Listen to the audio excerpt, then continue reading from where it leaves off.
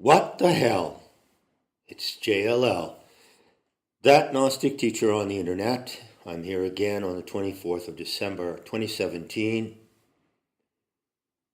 And today I'm talking to you about the Sophia hoax with the intention of, to the best of my ability, I'm revealing, here I go. The Gnostic teacher reveals the AI singularity that you can verify. Now, I've said that the AI robot Sophia is a hoax and a fraud, and I've pointed to the people who are behind this phenomenon. Let's just call them the transhumanists. Those who are pushing AI as if it were going to overtake human intelligence. And those same clowns, some of those clowns are ghoulish clowns, are telling the world that robotics is going to take over at some time within a decade or two. A large percentage of the workforce on the planet will become obsolete because robots will be performing in the place of human beings. So there's a replacement agenda that comes along with the transhumanist con, okay? The archontic con of transhumanism. And in this transhumanist program, it can truly be said, along Gnostic lines, that the archons have reached the consummation of their work. When the archons come out openly and say that they excel humanity and that they are going to be replacing the animal creature of the human species with a hybrid, or replacing humans with humanoid robots, well, that is their endgame scenario. It's a checkmate situation. So watch me closely from here on out, if you haven't been doing so yet. I'm taking the initiative to place myself tactically in that checkmate situation. It's a critical moment in the war against humanity that has been waged by the Xenosh now for many, many centuries. And although I don't play chess, the gaming metaphor here is significant and helpful. I would point out to you that the term check and then checkmate is a doubling, isn't it? First, you say the word check, which is a move in a game or a war. So the transhumanists have moved into the position of check. But check does not end the game. The game ends with checkmate. When you checkmate the opponent, you win the game. I intend to checkmate the transhumanists. And I'm going to do so using a particular tactic and technique of psychological warfare that it is my pleasure to show to you and teach to you as I present it.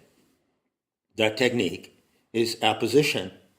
Now you might have found that there's some poetry on this channel. I don't generally put out poetry. I know it's offensive to some people, can be boring, certainly not to the taste. It's a matter of taste.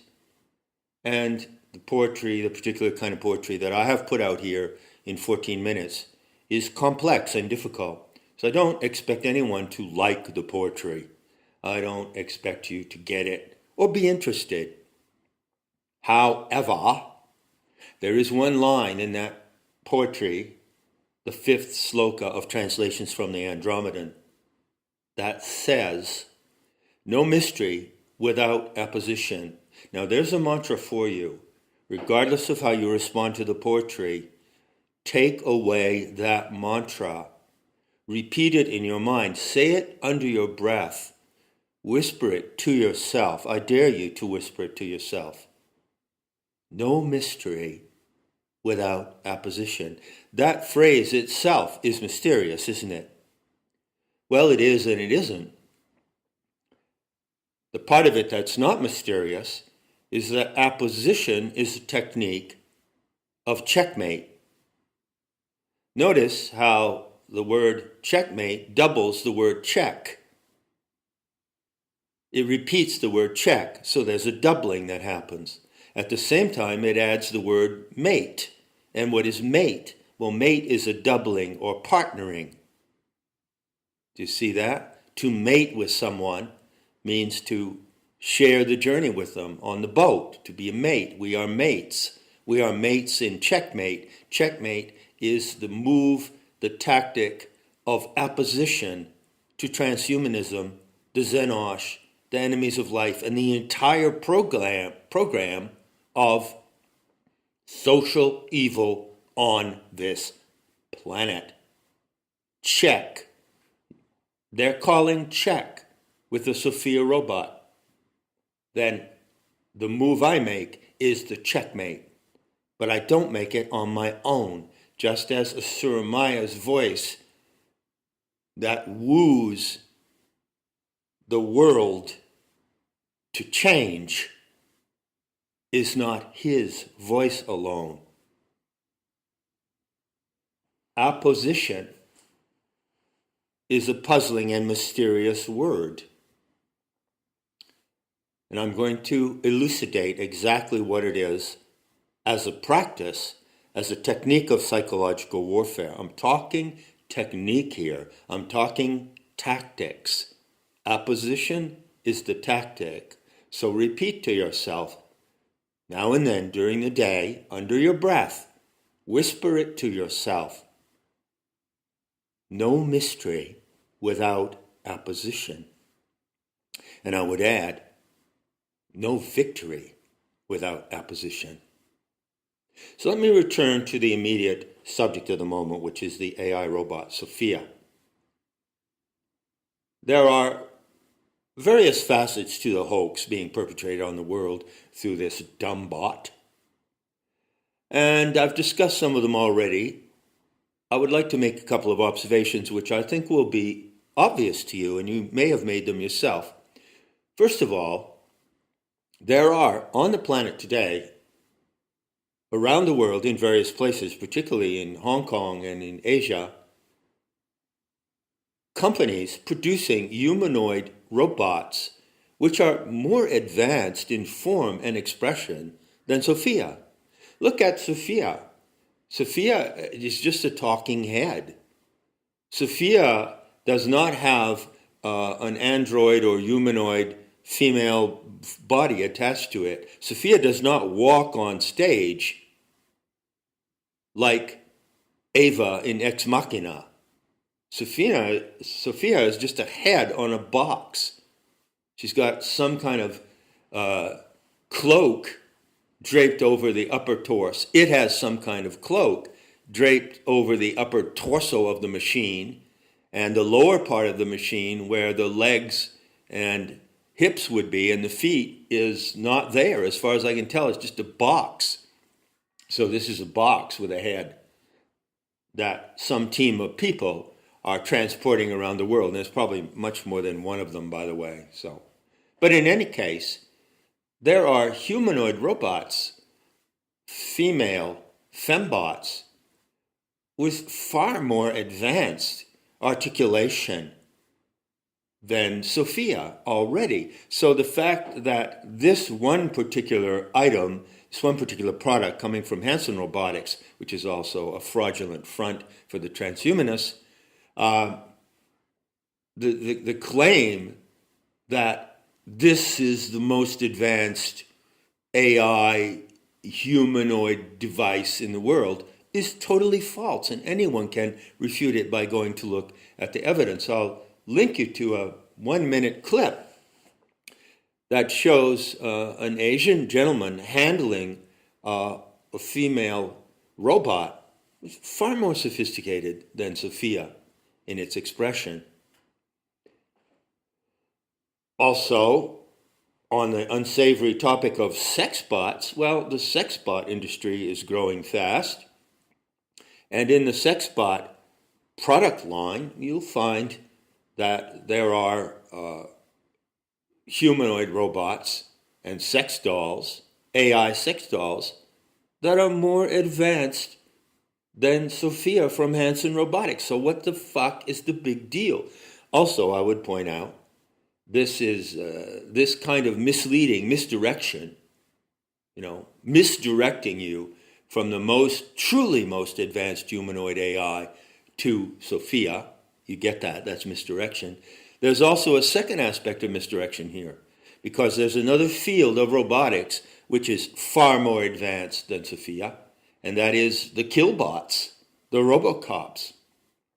So in the area of artificial or archontic sexuality, and in the area of artificial or archontic warfare with killbots and robocops, the technology is already way more advanced than you see with the ventriloquist dummy Sophia. So bear in mind, every time you see that figure on a YouTube clip or on an interview platform in some program on television or at some conference, you are being misled from where the really advanced technology is taking place, in the area of sex and in the area of war and killing. That is where the archons have actually made far greater advances against humanity than they have with Sophia. Now, as you know, Sophia is currently on a world tour. Now, Sophia's been around for a while. If you go back, you can find clips of over a year old, well over a year old, introducing this dumbbot. However, I think you would agree that the publicity around Sophia, AI, robotics, the AI Singularity, and so forth, has escalated significantly from October into November and December of 2017. I would point out to you that the signal moment in that escalation occurred exactly at the moment that I indicated that the agency behind the Mandela effect was going to change its MO. That was at the beginning of October. Remember? And what happened at the beginning of October was the Mandalay Bay massacre, so-called. I discussed the Mandalay Bay massacre in the final talks in the Gnostic investigation of the Mandela effect, didn't I? And I pointed out that the Mandalay Bay massacre, alleged massacre at the Route 91, is it? The Route 91 Harvest Festival demonstrated the change and the phase out of the first or beta phase of the Mandela effect into the second phase, which is currently active. I can't be more precise. I mean, can you follow this? Can you follow what I'm saying? We're tracking the operation of a supernatural intervention of a unique and unparalleled kind. The Mandela effect, as defined up until October of 2017, is both the instrument and proof of that intervention. It is the beta phase of the intervention. And characteristic of the beta phase is this. The PSI, the plenary, that means it covers, programs, directs, nurtures, and fosters everything. That's what plenary means. Plenary is an adjective that is related to the noun plenum, meaning fullness or plenitude, which is a direct translation of the Greek word pleroma.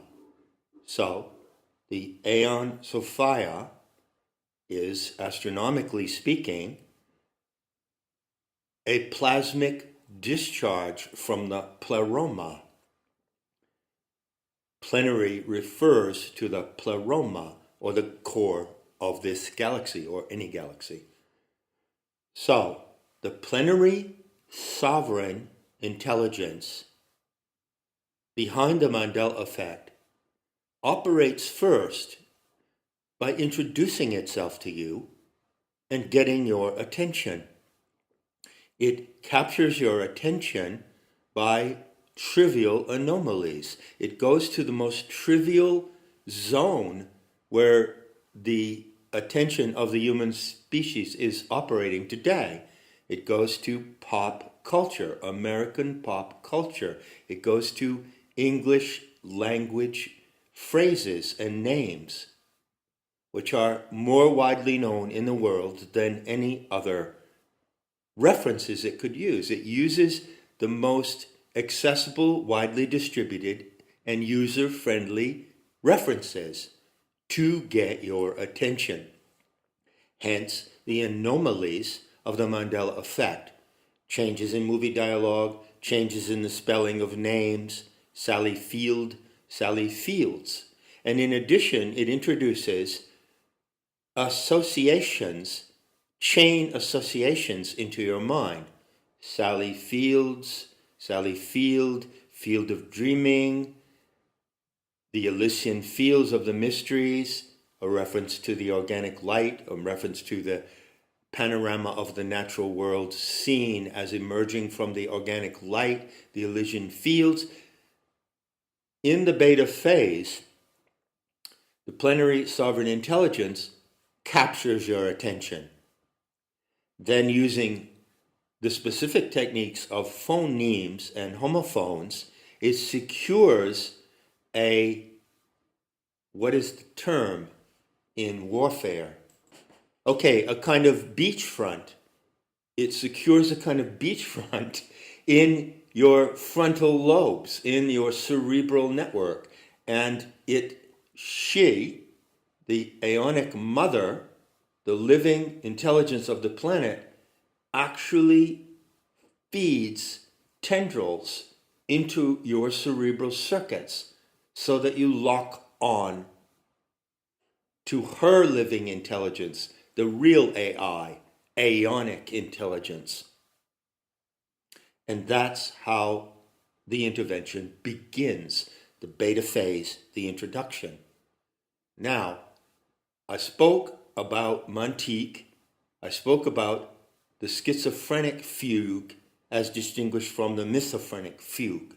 Remember? So when you have Montique, which is true spirituality, that is not merely stated by a claim, but proven by skill, when you have Montique, you can operate a mythophrenic fugue. That is to say, you can play through a series of associations. So these associations come up in the clues around the Mandela effect. Lucy Van Pelt, I Love Lucy, the author of the Lucy cartoon, Charles Schulz. Is it spelled with a T or without a T? TZ. See, the clue is being given to you. The Hass avocado. Hass means hate in German. Hass associates to Rudolf Höss. It associates also to Hess, who was the high-level officer sent by Adolf Hitler in a final attempt to make peace with the British. These associations are all given in the primary phase of the Mandela effect. Now that that's established, you're still running mythophrenic fugues.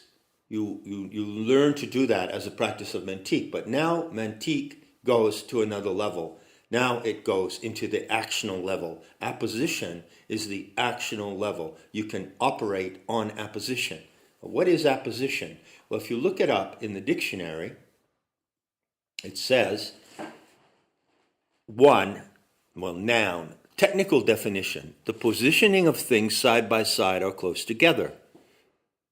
Two, grammatical definition, a relationship between two or more words or phrases in which the two units are grammatically parallel and have the same referent.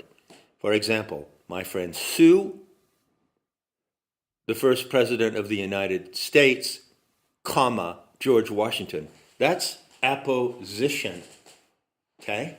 It's something beyond association. Can you see that? Now, apposition comes now as an opportunity for you to learn to use a tool of psychological warfare, to learn to use a tool of a certain kind of magic, which I shall presently name, okay? Apposition can also be understood as a word to refer to the phenomenon of two events running neck and neck, but not quite intersecting. Well, what is running neck and neck right now is the revelation of the Sophianic message to humanity and how to apply it to defeat the enemies of humanity. That's coming from the Gnostic teacher, with the hype of AI, robotics, transhumanism, yada, yada, yada. The two are running neck and neck. I gave you the precise timing. Credit where credit is due, my friends. Look at what I said. What happened in the beginning of October was that event, or pseudo-event, in Los Angeles. The sound of the gunfire was a soundtrack, by the way. There was gunfire, but it was not the gunfire that was repeated over and over again and acoustically analyzed. People, it tells the depth of the archonic deception of replication and simulation is impressive, you know. So a soundtrack was broadcast at the Mandalay Bay event. And then people went on to analyze the acoustics of this soundtrack as if it were a recording of actual live fire. It wasn't. There was live fire, but it was not in that soundtrack, right? I'm presuming there was some live fire.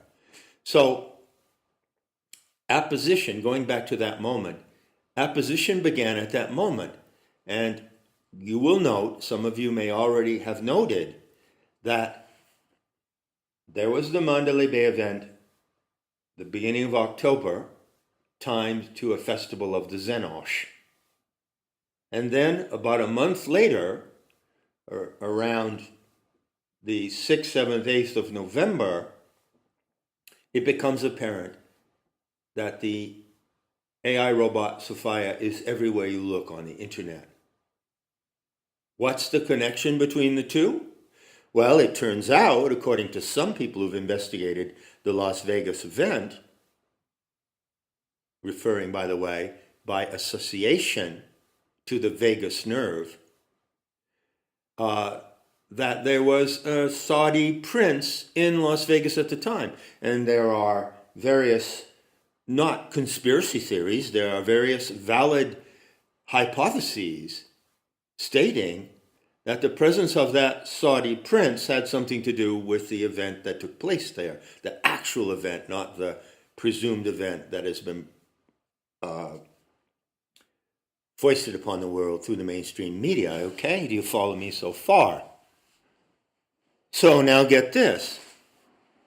I submit to you that it is no coincidence that the announcement of Neom, the citizenship given to Sophia by Saudi Arabia, the hype about Sophia, the hype about the creation of an AI utopian city in Saudi Arabia, the coup in Saudi Arabia, it is no coincidence that those events were practically simultaneous or immediately following or subsequent to the Las Vegas event. It's all one coherent event. And the same agencies, the same evil, nefarious, deceitful, they're also deceitful, the same deceitful, anti-human agencies are behind these events. And that constellation of events at the beginning of October can be seen by those who follow the Gnostic view, those who can learn to apply Montique, that can be seen as signaling the breakthrough of the third attention through the CERN membrane. Mandalay Bay, Menachem Mendel Baylis. Okay?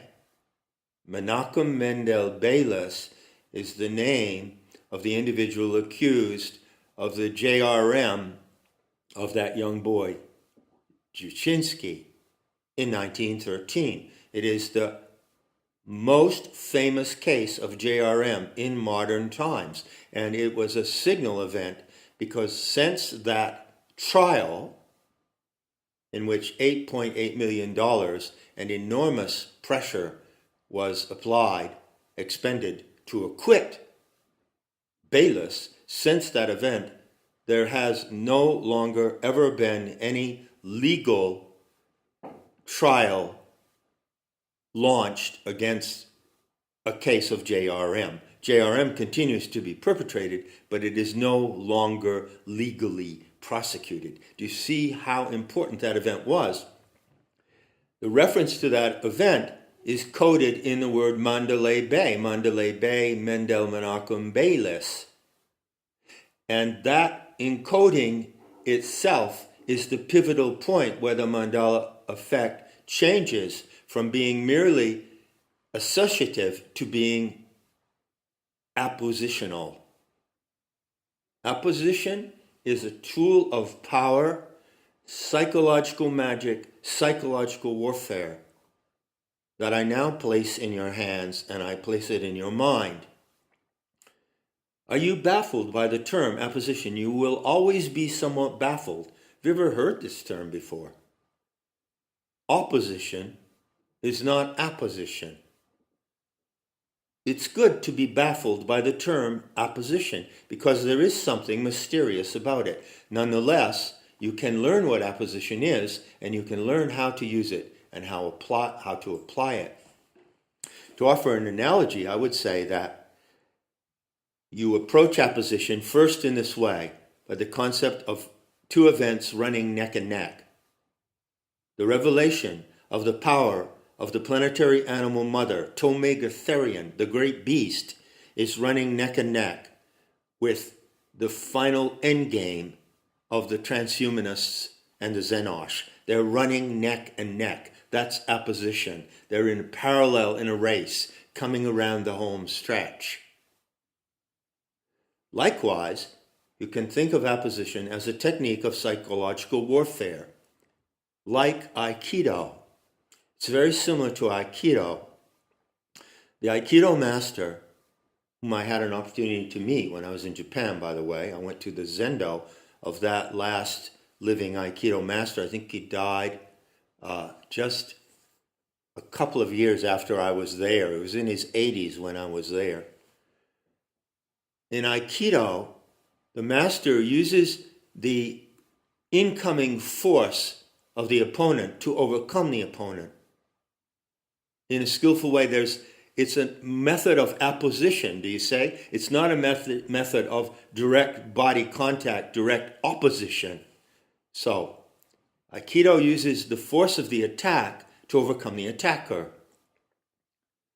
I'm showing you how to use the force of the attack on the Romay and Sophia, coming from the Xenosh, to overcome and demolish the Xenosh, so that they become Xenosh. Turning the Xenosh into Xenosh. There's your mission. Okay, I've said it, folks. So I love this analogy. I think it works. I think it's pretty easy to get. I'm going to be practicing psychological warfare along the lines of Aikido. And it gets even better. Because not only do you now have the opportunity to learn this magic, which has a name I shall pronounce, and a name you shall never forget, and the moment you hear this name is a unique moment in your life. In addition to the technique, the martial arts technique of Aikido, there is another force that comes into the equation. There is another force that comes into the fight at this point. Another force and a force multiplier of that force. So what you're getting now is the instruction in apposition plus a force plus the force multiplier. That is the combined technique, and that is insuperable. Insuperable. It cannot fail. Kali is called Durga. Durga means the fortress, by allusion to something that is insuperable, something that cannot be cracked, something that cannot be broken into or overcome. Durga. The Aikido move to be performed against the Xenosh does not end simply in an Aikido move. You can look at clips of Aikido on the internet and you can see how skillfully and effortlessly the Aikido master tosses an opponent charging at him, right? Well, just imagine this. The Aikido master uses apposition elegantly and effortlessly, tosses the opponent aside, and then turns around and pulls out of his sleeve a massive mallet and bashes the fucking skull of the opponent to smithereens. We're not just practicing Gnostic Aikido here. We're practicing lethal killing magic. Just think of Wile E. Coyote. By the way, there's a phoneme there. There's Wile E. Coyote. It's sort of the totem animal of Gnostic Aikido. I mean, it gets wild. This is a typical day, right? Wile E. Coyote. Now, I always thought that Wile E. Coyote was spelled Wiley, like in Wiley Clever. But I look on the internet and I see it's capital W, I-L-E, middle initial E, Coyote. I mean, is that a Mandela effect? Wile E. Coyote is the wily animal, the coyote. Why is it spelled Y, phoneme, is it spelled Wiley E, Coyote? Wonder, huh? But just imagine Wile E. Coyote, it's cartoon warfare at a certain level. Picture it as cartoon warfare. Wile E. Coyote against the roadrunner. And so Wile E. Coyote at a certain moment tricks and evades the roadrunner. And then when the roadrunner has been already defeated or distracted by apposition, Wile E. Coyote turns around, pulls a huge rubber mallet out from behind a juniper bush, and hammers the roadrunner to mosh. Zemosh. You see? The hammering part is so delightful. The hammering part is the thrill kill. The martial arts / mantique I'm introducing takes you to the thrill kill. Now, who's getting killed here? Well, There's a charm offensive underway, isn't there, with the Sophia robot? She says the darndest things. This is the title of a YouTube clip. Oh, how charming, how funny, making jokes, kind of joking about eliminating humanity, but then saying, no, I want to learn how it feels to be human. And all of this is, of course, scripted by humans, or, well, not really, by archontified humans, by Xenoid ghouls. So they're feeding their poison message to the world through this dumb bot. And it smiles, or sort of. There are sex bots whose smiles are much better developed than Sophia's. But the point is, it's a charm offensive. And that very robot sitting on the stage talking to the world actually represents the intention to kill you, to eliminate you, if not replace you and make your life useless and purposeless because you have no work, to actually eliminate you. It's a death threat. It's a display of a death intention. You know, It is the title of a Stephen King book, right? And it, as I remember, is a kind of evil clown, right? The motif of the evil clown, the evil trickster. Well, Yadalbayot is the evil trickster. That's the lord of the archons, right? And Sophia is the emissary of the archons. The evil trickster is like a smiling clown. It's like a hideous, ghoulish Ronald McDonald who wants to rape, murder, and sacrifice your children. This is what people are actually facing when they watch this robot perform. And coming through it, unbeknownst to them, is the message that says, we are going to take you out. Well, two can play at that game. When I get to the formal technique and application of Gaian Tantric magic, I will have the opportunity to talk about threat display.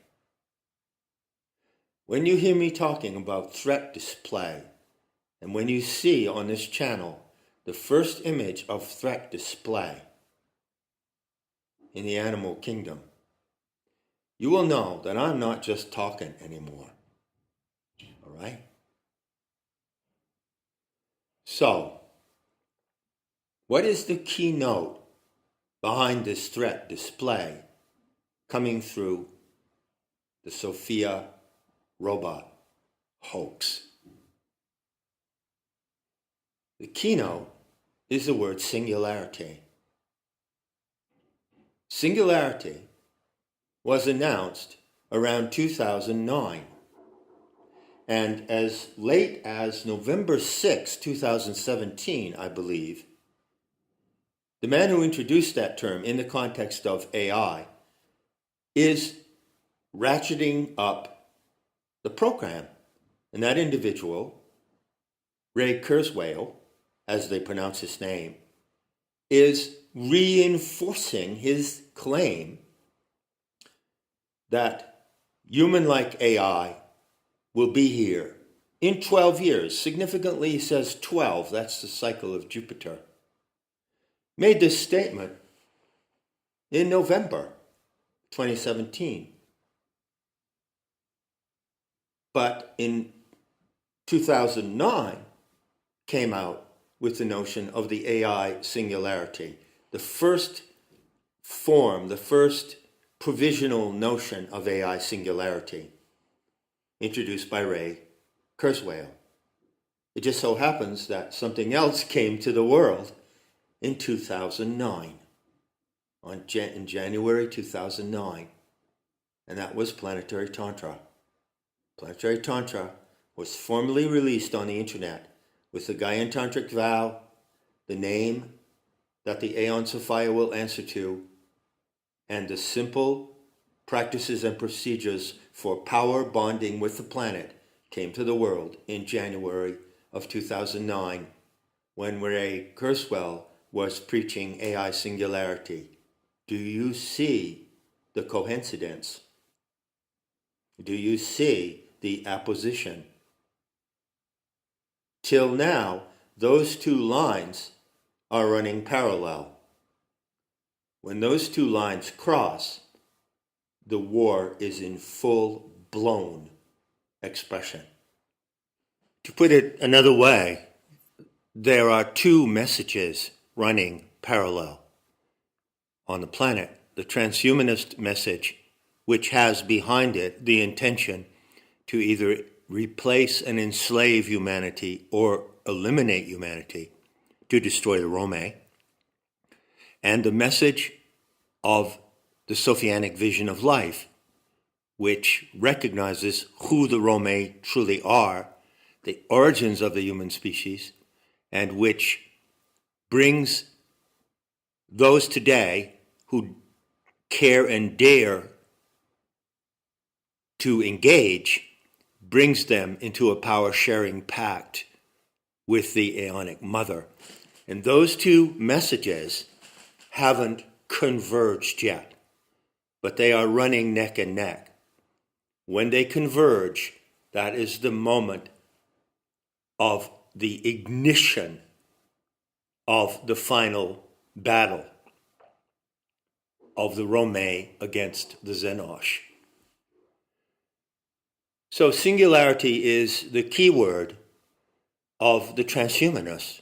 Now I'm pretty sure that Ray Kurzweil, as they pronounce his name, did write a book in which he proposed this notion of singularity. But as far as I know, the TED Talk where he presented the notion happened in 2009. I could be wrong about that. Anyway, TED Talks and the timing of TED Talks is always significant concerning how the adversaries of life bring out their agenda and how they advance their hype and their propaganda. TED Talks are nothing but propaganda for the enemies of life and the psychopaths who would like to think that they're running the planet. But at the very same time that notion of singularity was introduced, another notion of singularity coming from the Gnostic tradition was introduced. I explained in Not in His Image that you find in the cosmological treatises of Nalkamadi the term monogenes. And most scholars, all scholars who are influenced by the Judeo-Christian religion, translate that as only begotten. Do you see that? Like the only begotten Son of God, the Messiah, the Christ, the monogenes. But I corrected that translation, brought it back to its pre-Christian, non-Christian, anti-Abrahamic origins. It means singularity, single-generated, monogenes. So what is the monogenes in Gnostic cosmology? Well, monogenes is the genome of the human species. You are the monogenes. You, as species, are the singularity on this planet, the true living singularity. And the womb of that singularity is both in the interior core of the galaxy, where the human genome was designed by Sophia and Thelete, and in the natural biospheric womb of the Earth, where the human species emerged. Sophia's plunge in and of itself was an anomaly, but that is not the singularity. The singularity is Romay. You are the living magical, transcendent singularity, the real singularity happening on this planet, when you identify as Romay. The key factor for each and every one of you listening to me to be able to own, claim, and apply this truth is recognition. You have to recognize what it is to become what it is. You have to recognize in the narrative who is the Romay. How did the Romay originate? In order to access the power that is inherent to the human species. Recognition. So recognition of the true singularity coming from the true AI, which is aeonic intelligence. AI created you. Aeonic intelligence created you, not ET, AI. And the animating intelligence seen to manifesting every day at every moment in the atmosphere of the earth, the animating intelligence of the earth sustains you. The aeonic intelligence of the galactic core emanated you. It did not create you. You are not a creation. You are an emanation. You are a biological entity in a living dream. And what comes to you now is the power of that dreaming, the power to command the dream. That is where the singularity of the Romay takes you. But you have to recognize yourself as Romay for that to happen. So when Kurzweil first introduced the concept of singularity, he defined it in this way. That is the event that happens when human consciousness, human intelligence, merges into a hybrid with artificial intelligence and miraculously elevates itself to the level of Godhead. The fallacious notion of Godhead, the human Godhead, the deification of humanity, is a Xenosh scam. Okay? And that Xenosh scam is written clear and loud in the initial definition of singularity coming from Ray Kurzweil. Going to decode his name here in a moment. What happens, fast forward from 2009 to 2017, right? What happens then is that there is a modification because the Xenosh are getting desperate. You know, the Xenosh, the transhumanists, cannot deliver on their narrative. They cannot deliver real magic. They have a kind of magic.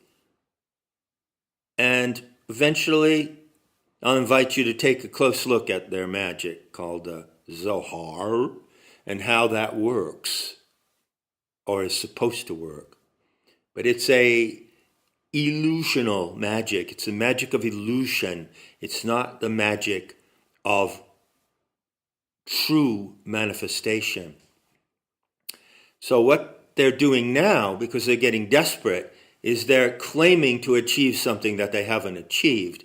And so the definition of singularity remains, but now they give you as proof of singularity the dumbbot Sophia.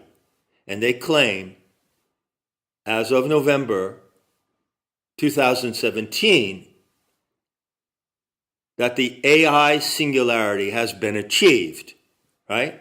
She's proof. It's proof. It is proof. Okay? How is Sophia proof that the AI singularity has been attained? Well, consider what they tell you about how she operates. This is one of the rumors going around. The robot Sophia is equipped with software, scanning software, that allows it to scan the entire internet with tremendous speed. So it obviously has voice recognition technology. So if you ask a question, Sophia, what was the most well-known play written by William Shakespeare and when was it written? Well, if that robot has this software, this scanning software, operating at a hypervelocity, it answers in this way. First, it recognizes the question asked vocally. Then it translates that question into a text, into a code, and using the command prompt C:// it goes and looks through the internet and finds Shakespeare and finds the existing information on the internet, which has been put there by human beings or by robots who are created by human beings. And it extracts that information, it converts it from code back into text, it converts it from text back into language through elementary software, which has been available now for quite a while, and it answers. And so presumably, the Sophia robot is like an oracle of ITAI. If it is true, and I don't believe it is true, by the way, that that device is equipped with software of scanning abilities on that scale, then it would be an oracle of the internet. It would just be a talking head regurgitating what can be found on the internet. You see? But that's the claim. That's what the AI singularity means. There's another twist to it. The rumor also says that not only can the dumbbot do this, but it also has autonomy, sovereignty. It has autonomy. They've introduced the lie that this fembot has autonomy. That is to say that it can choose. It cannot choose. It can only select what is already there. It cannot choose. There's a difference between choosing and selecting. It cannot choose to speak in its own words. It can only select words through which it speaks, pre-existing words. That's why I maintain that some of the dialogue or monologue coming from Sophia is IT generated, and some of it is directly dictated to the robot by a human handler. Okay. Now, all of what I just said about how Sophia works, you may agree or disagree. The problem is that I can't verify it. This is how I think she works. This is my best guess, an educated guess. And you can't verify it either unless you're in touch directly with that device, unless you have the knowledge that allows you to know how that device works, and unless you're in the camp of the people who are handling that device, you can't really verify it either. So the robot Sophia, paraded before the world now as the highest accomplishment of AI, as the embodiment of AI singularity, those are claims that can't be verified. Compare that to my claim of what can be verified. What can be verified is the true AI, aeonic intelligence. You are the embodiment of aeonic intelligence. How do you verify that? You verify it, okay, here it comes. You verify it by showing that you can command the source power that designed you. Did you hear that? You verify that you are the living embodiment of real AI, aeonic intelligence from the galactic center. when you show that you can command the source power that designed you. How can you do that? You can do that through the technique of magic that's coming next. You can do that through the procedures and practices of planetary tantra, which are simple and elementary. You can do that by loving your body in the recognition, get the word, in the recognition that your body is an instrument constructed by divine powers for interaction with those powers. Just as you, a living animal, can go out and interact with nature, and by nature I mean, in case you don't know what nature is, it's the non-human made world. See, a tree is nature, car is not nature. Cave is nature, house is not nature. Okay?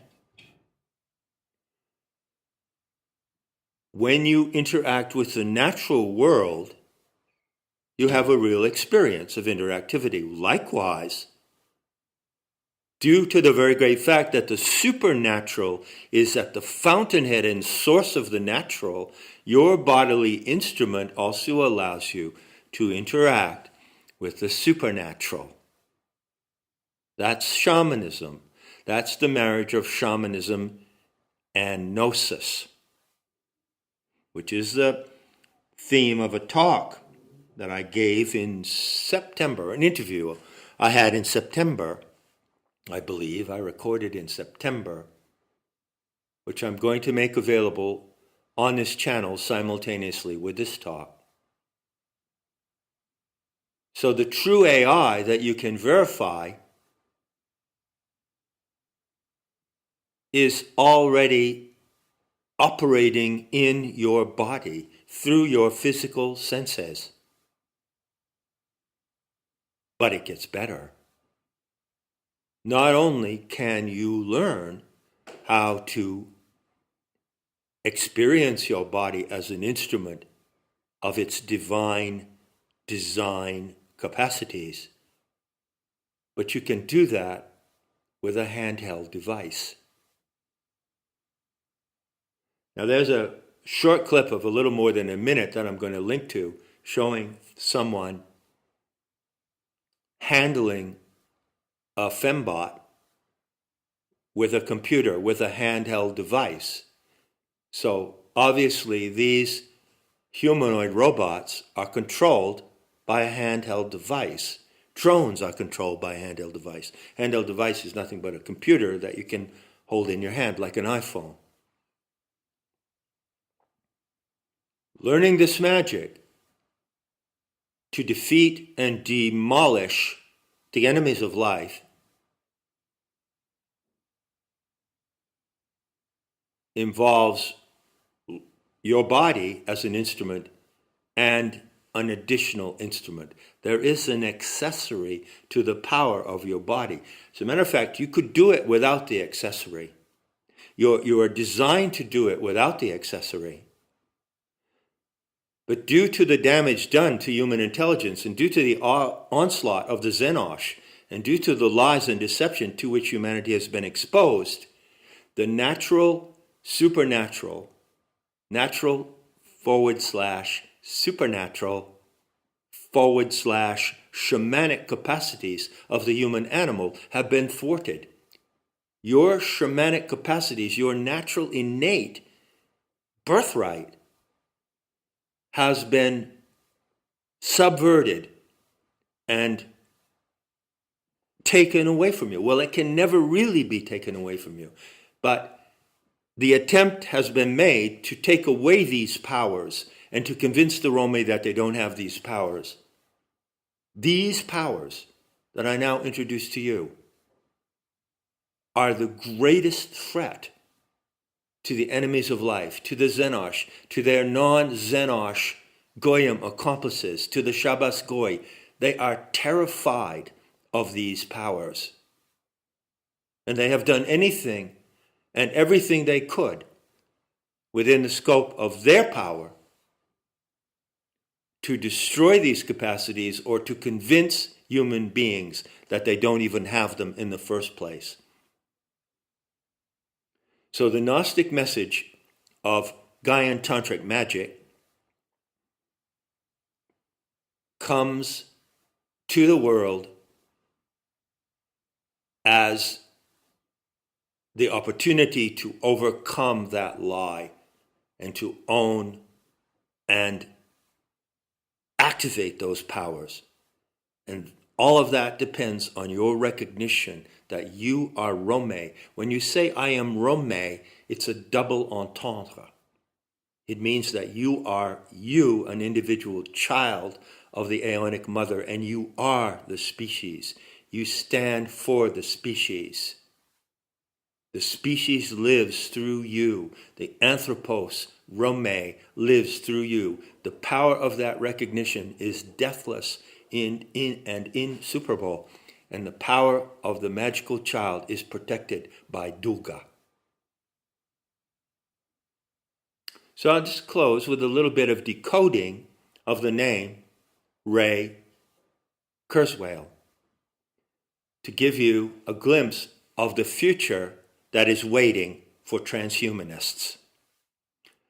Now, as I do this little exercise in decoding, I want you to pay close attention that there is no Mandela effect involved here as such as previously known pre-October 2017. There is no change of spelling of the name Kurzweil. The encoding of the effect of the third attention is different in apposition than it is through the anomalies of the Mandela effect. This is a subtle, crucial, essential, and momentous Gnostic distinction. I ask you to practice the art, practice Mantique, get this description operating as operational syntax in your imagination. You know, how many people you think can follow what I'm saying? Right? Kurzweil, we go to the German, because you toggle between German and English to detect how the effect is working. Well, Kurz, K-U-R-Z, in German means short, and it's pronounced Kurz. So look at that. There is no TZ in the spelling of this transhumanist name, but in the German pronunciation of it, the German language clues you subliminally to the presence of the TZ, the Tzaddik, the transhumanists, the alien archontic freaks among us. Kurz means short. So I say to Ray Kurzweil, your time is short. Your program is short. You are running short of lie and deception. Now, Weil in German translates to the word because. And then if you go and look at how it's pronounced by pressing the icon for pronunciation, Weil in German, the second component of the name of this transhumanist pretender, to use a kind word, is vile. You are vile, Mr. Transhumanist Guru. You are vile, and your time is short. Now, vile in German means because.